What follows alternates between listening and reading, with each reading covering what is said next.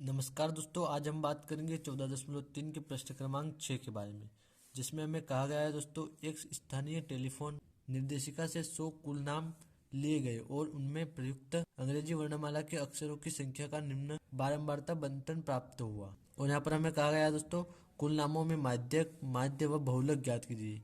दोस्तों यहाँ पर जो हमें एक सारणी दी गई है, इसका हमें माध्यक, माध्य और बहुलक तीनों जो हमें ज्ञात करना है। तो सबसे पहले दोस्तों इस सारणी को हम ऊर्ध्वाधर लिख लेते हैं, जैसा कि इस प्रकार से। यहाँ पर हमें दी गई है अक्षरों की संख्या, यानी जिसे हम कहते हैं वर्ग अंतराल, तो इसको हमने ऊर्ध्वाधर लिख लिया। और कुल नामों की संख्या जो होती है बारंबारता, तो इसको भी हमने ऊर्ध्वाधर लिख लिया। तो सबसे पहले यहाँ पर हम ज्ञात करें दोस्तों माध्यक, तो उसके लिए हमें जरूरत होती है संचयित बारंबारता की। तो यहाँ पर हम निकालेंगे संचयित बारंबारता। तो यहाँ पर दोस्तों हम 6 को जो का त्यों लिख देते हैं और 6 में हम जोड़ देंगे 30, तो यहाँ हो जाएगा 36, और इस 36 में हम जोड़ देंगे 40, तो यह जो हो जाएगा दोस्तों 76। तो यहाँ हम लिखेंगे 76। फिर 76 में हम जोड़ेंगे 16 दोस्तों। इसी प्रकार दोस्तों यहाँ पर हमें इन सभी की जो है संचित आवृत्ति ज्ञात करनी है। अब दोस्तों जैसा कि हम यहाँ पर माध्यक ज्ञात कर रहे हैं, तो यहाँ पर हम माध्यक का जो फॉर्मूला होता है उसको यहाँ पर हम लिख लेते हैं। तो यहाँ पर हम लिखेंगे माध्यक का फॉर्मूला, और दोस्तों यहाँ पर हम देखेंगे एल को। एल जो होता है हमारी सबसे बड़ी बारंबारता जो है उसका वर्ग अंतराल की निम्नतम सीमा यानी 7, तो एल हो जाएगा यहाँ पर हमारे पास 7। और एन की बात करें दोस्तों, तो एन जो होता है बारंबारता जो है इनका कुल योग, तो यहाँ पर बारंबारता का कुल योग है हमारे पास 100, तो ये हो जाएगा 100। यहाँ पर भी हम इसको लिख लेते हैं एन बराबर 100। अब दोस्तों यहाँ पर हम देखेंगे सी एफ। सी एफ जो होता है दोस्तों हमारी जो सबसे बड़ी बारंबारता है उसकी संचयित बारंबारता जो उसके जस्ट ऊपर वाली जो बारंबारता होती है यानी 36 जो है वह रहेगी हमारा सी एफ। और एफ की बात करें दोस्तों, तो एफ जो हो जाएगी सबसे बड़ी बारंबारता। और फिर देखिए यहाँ पर हम एच को, तो एच हो जाएगा 3, यानी इनके बीच का अंतर जो है वो रहेगा हमारा एच। अब दोस्तों हम सभी मानों को यहाँ पर हम लिख लेते हैं। तो यहाँ पर हम देखिए दोस्तों, यहाँ पर हमने लिख लिया है 7 + 100/2 - 36 और बटे में 40 इंटू में 3।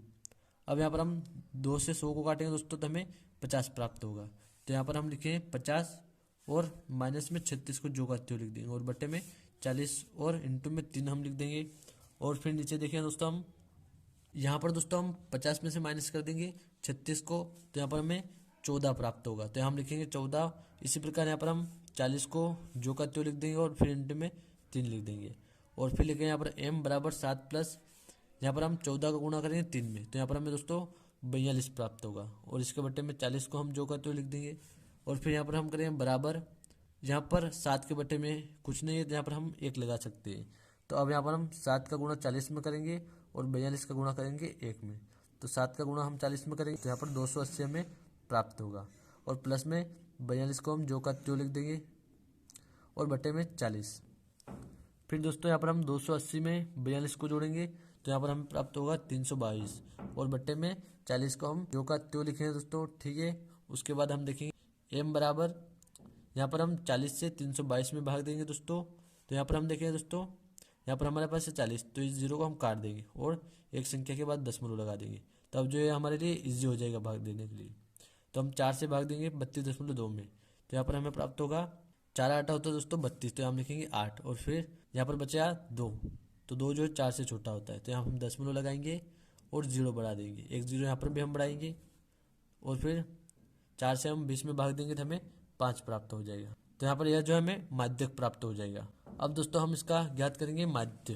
तो दोस्तों अब जो यहाँ पर हम इसका माध्यक ज्ञात करेंगे, तो उसके लिए यहाँ पर हम देखें सारणी को फिर से यहाँ पर हम उत्तर सारणी बनाएंगे ये वाली। पहले हमने माध्यक ज्ञात किया था, तो उसके लिए यहाँ पर हमने संचित आवृत्ति का बॉक्स बनाया था। अब यहाँ पर हम माध्यक ज्ञात करेंगे, तो उसके लिए वर्ग चिन्ह और FIX का हम बॉक्स जो है बनाएंगे। तो यहाँ पर हमने बना लिया जैसा कि आप देख पा रहे हैं। तो अब जो यहाँ पर हम दोस्तों वर्ग चिन्ह ज्ञात करेंगे सबसे पहले माध्य जो है ज्ञात करने के लिए। तो आप जो दोस्तों पिछली वीडियो में जो सीख गए होंगे वर्ग चिन्ह जो है हमें कैसे ज्ञात करना है और FIX जो है कैसे ज्ञात करना है। तो अभी तक आपने वह नहीं देखी है तो वहाँ जाकर आप देख लीजिए और सीख लीजिए। एक बार फिर से हम यहाँ पर आपको बता देते हैं। यहाँ पर हम वर्ग चिन्ह ज्ञात करने के लिए जो हमारा वर्ग अंतराल है इसको जोड़ेंगे और 2 से हम भाग दे देंगे, यानी 1 और 4 को हम जोड़ेंगे और 2 से भाग दे देंगे, तो यहाँ पर हमें 5 प्राप्त होगा। और 5 में हम 2 का भाग देंगे, तो यहाँ पर हमें 2.5 प्राप्त होगा, तो हम लिखेंगे 2.5। अब यहाँ पर हम इन सभी में ऐसे ही करना है दोस्तों।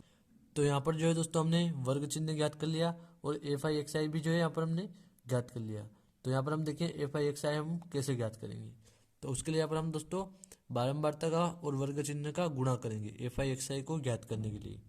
तो यहाँ पर हम 6 का गुणा 2.5 में करेंगे तो हमें 15 प्राप्त होगा और 30 का गुणा हम 5.5 में करेंगे हमें 165 प्राप्त होगा। इसी प्रकार यहाँ पर हम एफ आई एक्स आई जो है ज्ञात करेंगे।